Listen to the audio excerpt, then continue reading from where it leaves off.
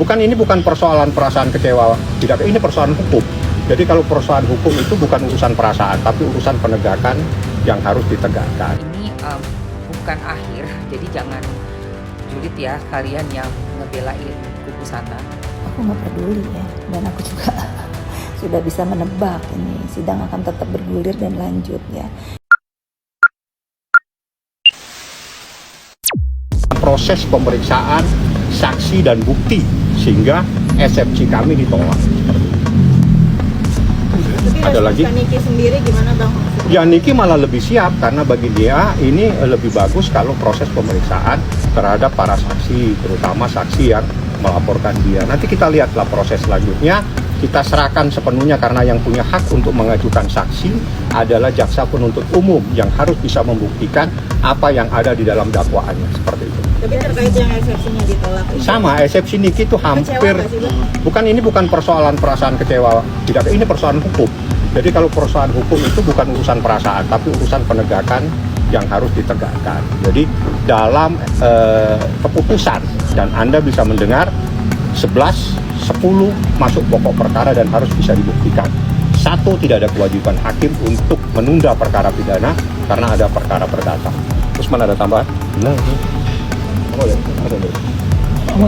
ada lagi yang mau ditanyakan?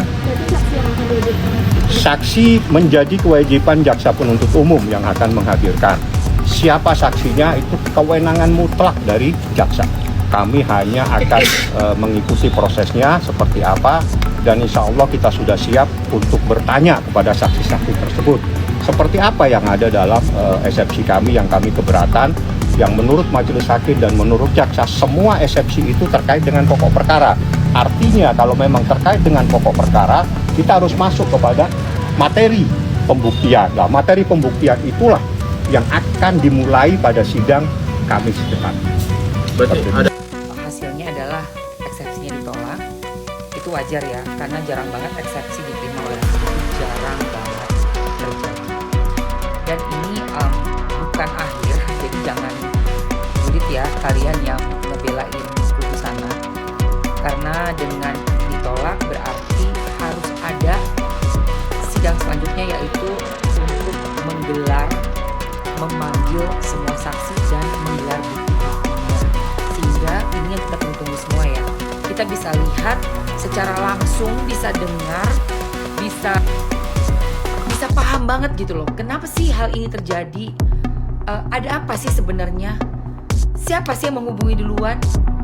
Gimana sih emosinya saat si RG ini berbicara kepada mungkin Dr. Oki atau Mail atau Niki atau siapapun, mungkin ada Doktif, ada siapapun deh yang terkait gitu. Jadi kita akan bisa menilai di situ dari cara berbicaranya, intonasi suaranya, terus kronologisnya, ya, siapa yang mencari, bagaimana barang yang sedang dipermasalahkan tersebut, yaitu skincare dan lain-lainnya.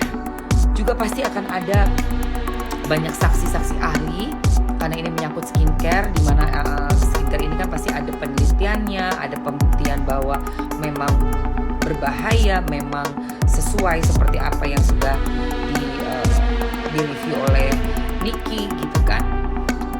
Ya, ini semua pasti kita akan melihat dengan mata kepala sendiri, akan mendengar dengan telinga kita sendiri, sehingga kita bisa tahu dengan pasti kejadiannya ya guys. Aku nggak peduli ya, dan aku juga sudah bisa menebak ini sidang akan tetap bergulir dan lanjut ya. Kita sebagai masyarakat nih, bener nih, sebagai masyarakat kita ikuti saja jalannya persidangan ini dengan santun dan bijak. Terlapor dan pelapor nanti punya kesempatan untuk membela diri, memberikan bukti, mengajukan saksi dan lain-lain ya. Ini bukan main sidang-sidangan. Percayakan saja kepada aparat penegak hukum. Aku sekarang concernnya ini bagaimana aku membuka mata kalian bahwa kita ini harus terbebas dari bentuk penjajahan apapun di Republik ini. Ya, dengan berakhirnya sidang Nikita Mirzani hari ini dan Mail dan semua ditolak, maka semua kita pulang dengan lemah, letoy, kecewa. Tuh, semua kecewa.